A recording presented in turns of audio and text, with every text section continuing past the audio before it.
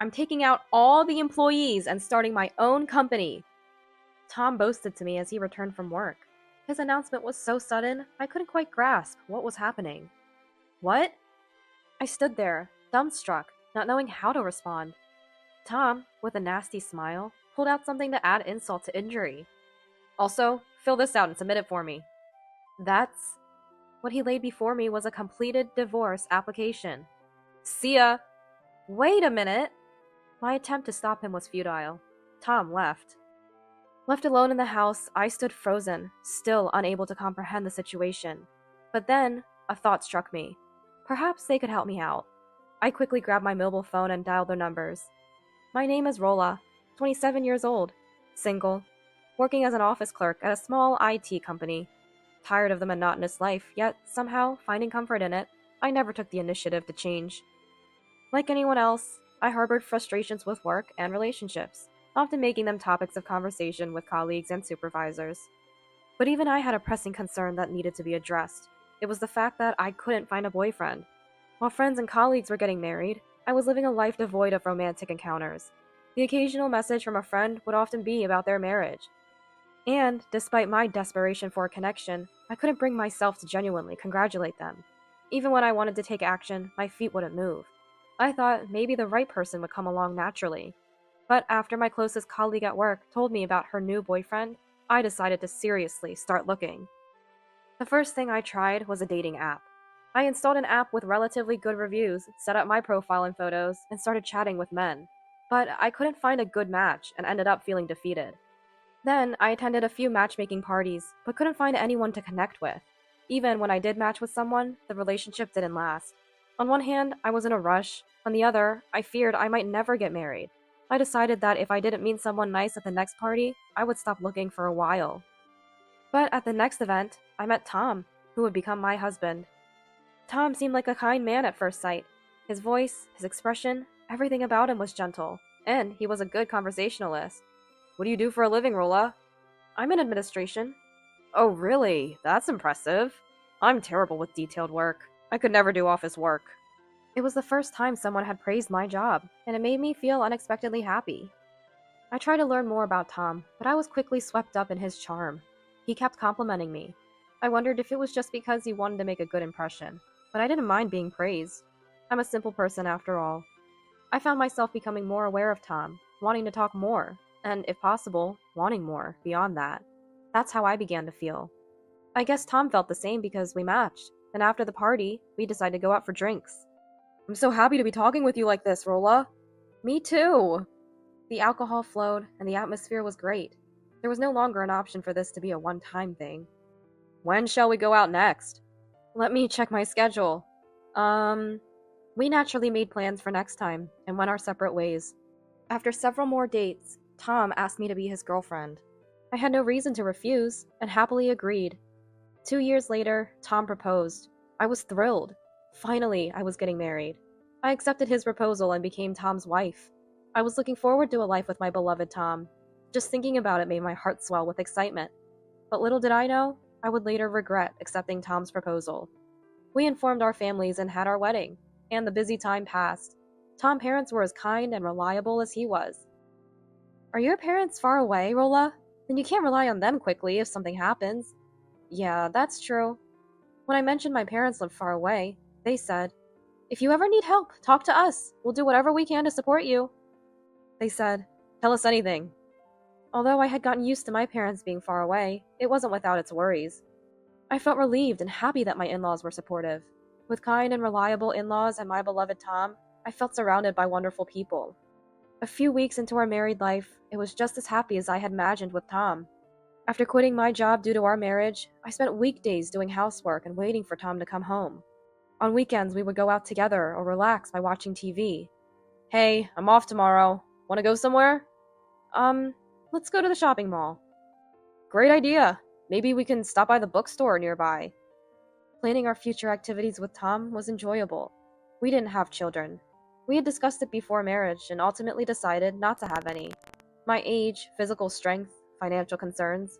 There were many reasons, but the main one was wanting to live a relaxed life, just the two of us. Seeing happy children in crowded places like shopping malls or on friends' social media sometimes made me envious. But I always thought there was no happier life than the one I had with Tom, unchanged.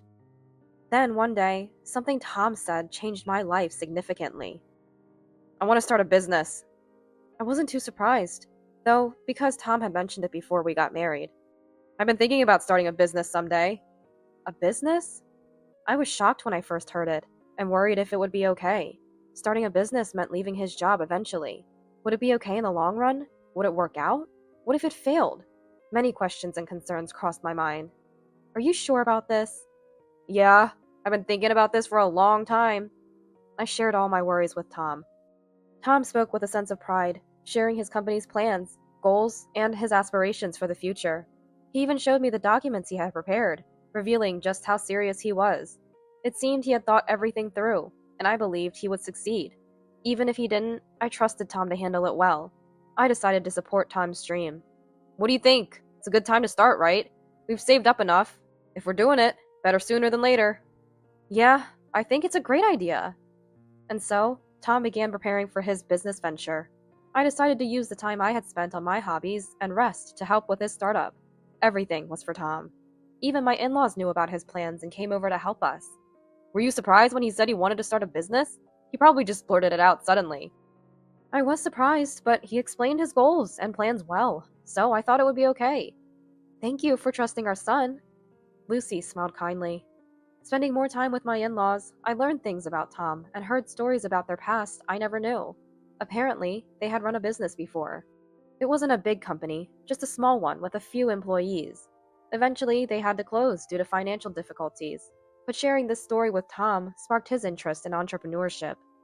We told him it's tough and to forget about it, but he wouldn't listen. We said if you can take responsibility, then go ahead and try. I had no idea. I hadn't expected such a backstory, but it felt typical of Tom to be inspired in this way. 2 months later, after completing all the preparations and applications, the business finally started running smoothly. It was an S&S consulting firm. Since it was a world I knew nothing about, I left the main operations entirely to Tom. In return, though, not exactly, I took on all the administrative tasks. My in-laws were probably concerned about their son's business. They would come to check on us and help out every few days. Many might find it unbelievable to see one's in-laws so frequently, but I was actually glad to have them around so much. They had become a significant support for me. 6 months into the business, it began to stabilize, and we even started hiring part-timers. Still, my in-laws continued to help, making me feel somewhat guilty, so I talked about paying them, but they said, "We're just free, don't worry about it."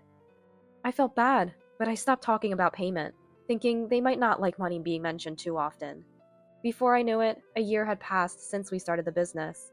The performance was steadily good, and we expanded by increasing the number of employees and part-timers. The new employees were all kind, and I was happy to work in such a pleasant environment. I found my work more fulfilling than my previous job, enjoying it for the first time. Everything seemed to be going well. But there was one thing that had taken a turn for the worse. It was Tom's behavior. "Are you skipping work again today?"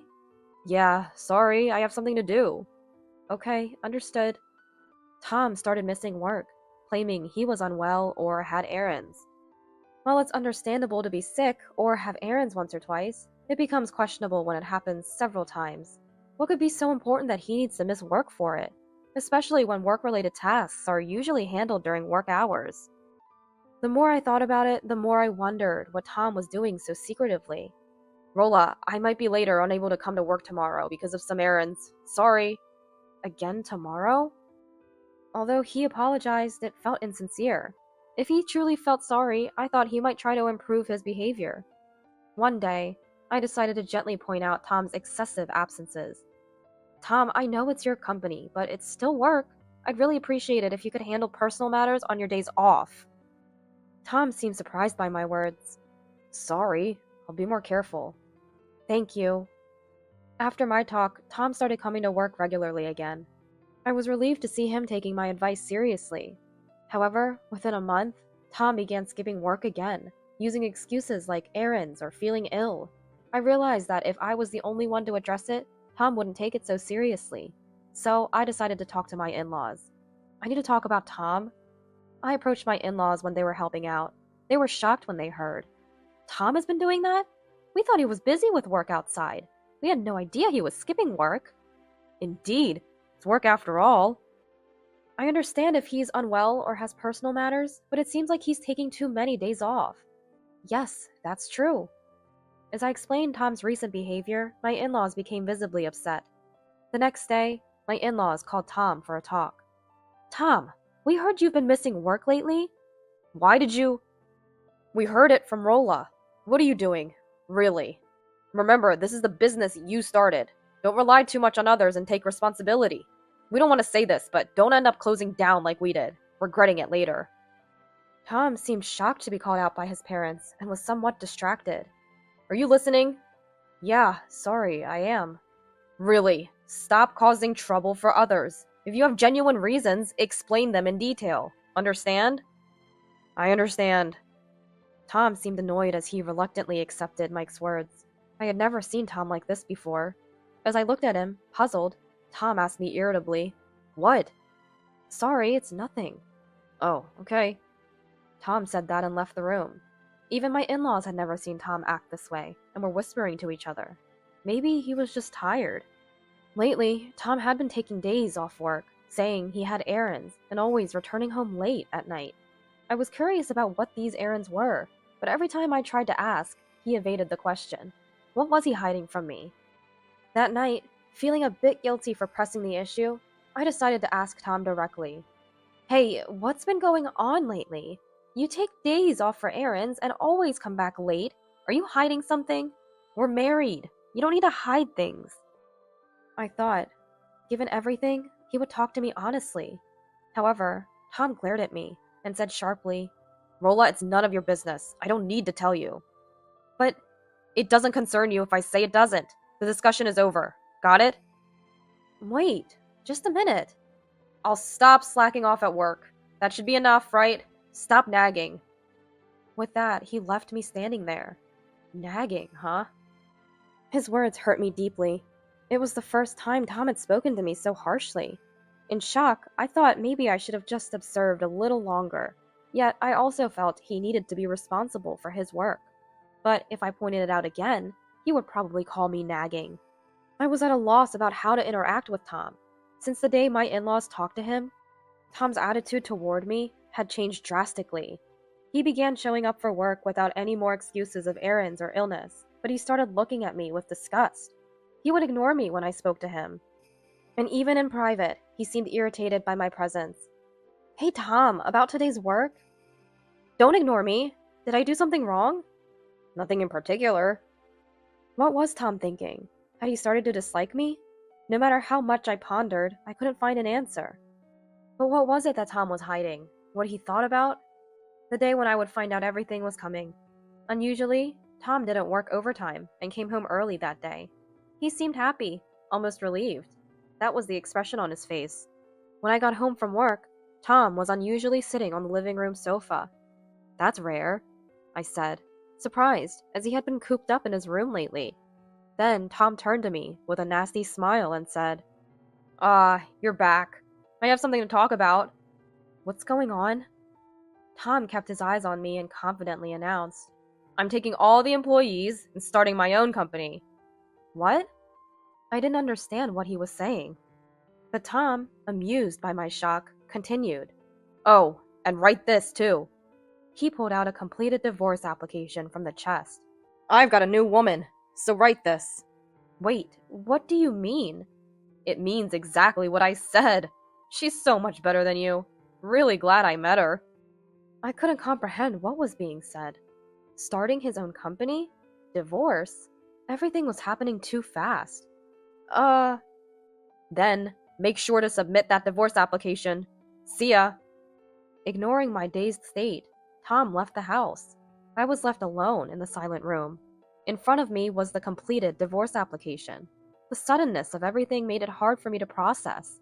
What should I do? What's the right course of action now? I couldn't find an answer. But then, I thought of someone who might help. My in-laws. They hadn't come to the office today, but they should be at home. Shaking, I took out my mobile phone and called them.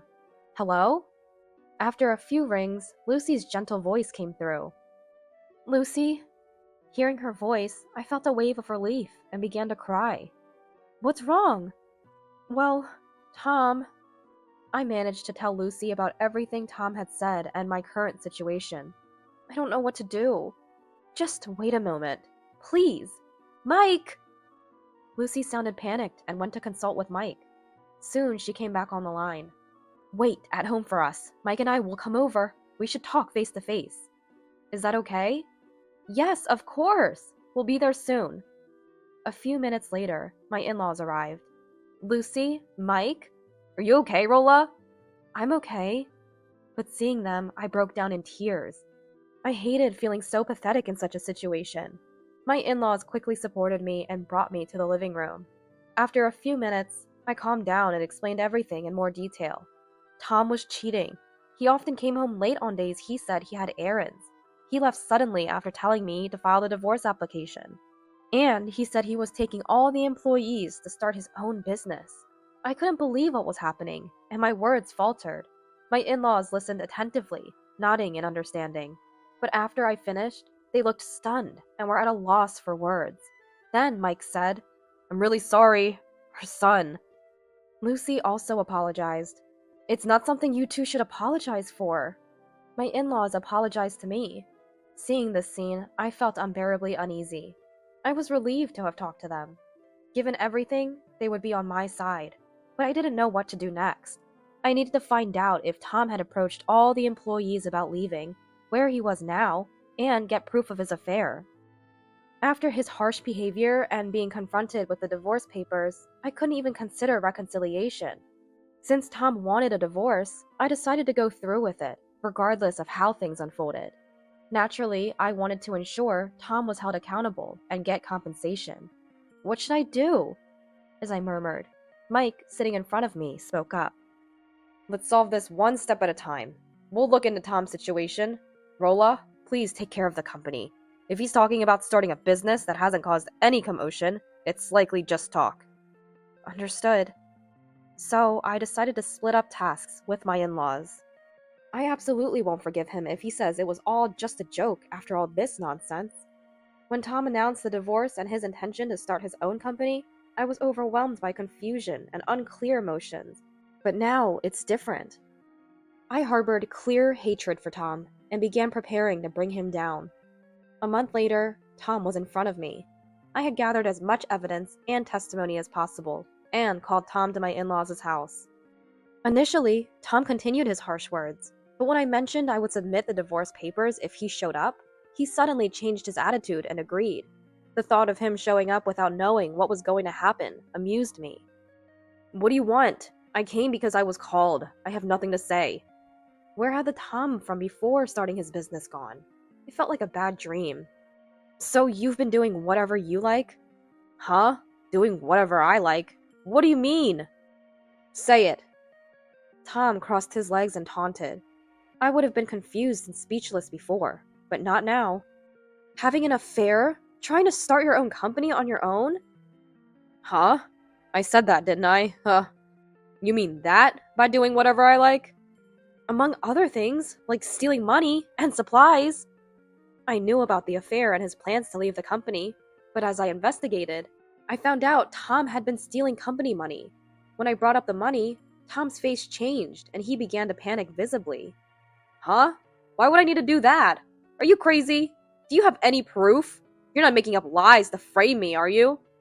You think I'm lying now? Let me tell you, it's not because I want to divorce you. I am divorcing you. That's why I called you here today.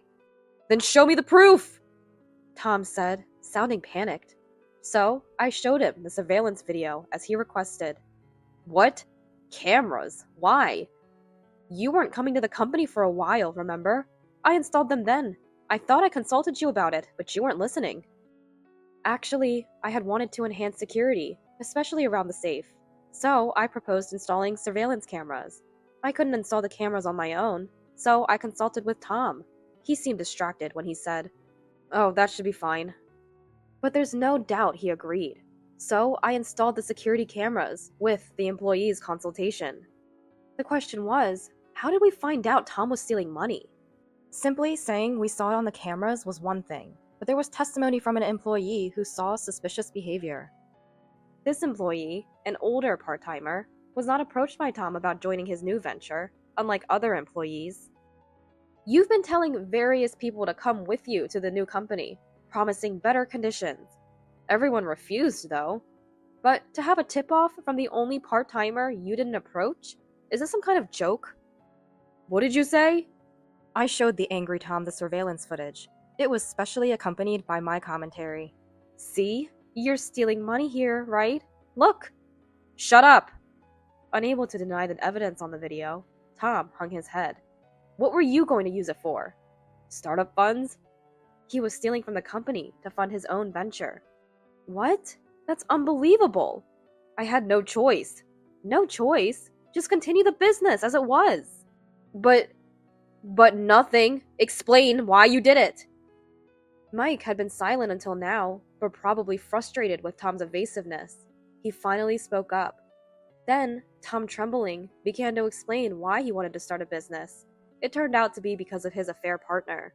Tom had met her at a bar after work. She was consulting people who wanted to start their own businesses, like Tom. As their relationship progressed, he began thinking about starting a new venture with her. It was harder than I thought to start a business. So why did you suddenly decide to start a new business? It all seems very suspicious. I thought it would work out with that woman. His patheticness was overwhelming. A person who gives up so easily wouldn't succeed in a new venture. And he was a man who would steal money for his independence. He could cause even bigger problems in the future. You're incredibly selfish. Were you with your mistress when you said you had errands and didn't come to work? Yes. At this point, I just wanted to get compensation and get rid of him. My in-laws seemed more disgusted than angry. About the compensation for the affair? As soon as I started talking about compensation, Tom, who had been hanging his head, suddenly looked up at me and said something too late. Hey, Rolla, can we start over? I'll break up with her. I'll give up on the business idea.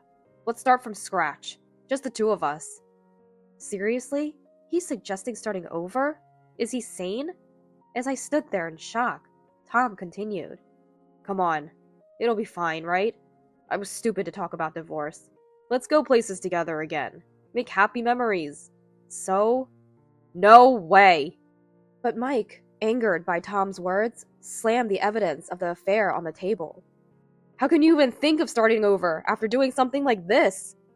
This is... Mike had laid out documents and photos from the detective agency that had investigated Tom and his mistress. Photos of Tom and his mistress entering a hotel, walking arm in arm, looking happy. Detailed documents about what Tom and his mistress had been doing and where. There was no escaping it now. Huh? Why are there photos like this? A detective agency? Yes, I needed solid evidence for the compensation if we divorce. You could retract your admission of the affair at any time, so it's better to have solid proof from a detective agency, right? Why are Dad, Mom, and Rolla all against me? Who would side with someone who does such despicable things? I'm disappointed in you. You only suggested starting over because you don't want to pay compensation? You're a disgraceful son. I was truly grateful that my in-laws were reasonable people, realizing that they wouldn't take his side. Tom slumped again. Whatever you do, my feelings for you won't return. After I made it clear there was no chance of reconciliation, Tom had nothing more to say. Later, through a lawyer, I demanded compensation from Tom and his mistress. The lawyer said they were resistant to paying at first, but eventually, they had no choice but to agree. It's unthinkable they would resist at this stage. They had appeared resigned at the meeting, but their true nature was disappointing. A week after the divorce was finalized, Tom sent me a ridiculous message, saying, "You made me break up with her! What are you going to do about it?" I wondered what he expects me to do. I ignored him, but he kept sending messages persistently, so when I replied that he was being annoying, he finally stopped. I haven't heard from him since, but the compensation continues to be paid, so he must be managing somehow. Later, I heard from my in-laws that they had cut ties with Tom too. Now, estranged from his parents, his wife, and his mistress, Tom must be alone. I hope he uses this opportunity to reflect on how awful his actions have been. I'm now running the company that Tom and I started, serving as its representative. But to be honest, I'm just a representative in name. In reality, I rely heavily on the help of those around me. Even so, it's comforting and reassuring to know that the employees believe in me and follow my lead. My former in-laws, now strangers, occasionally check on me because they're worried. How am I surrounded by such warm people? I continue my efforts to expand the business, grateful for my environment.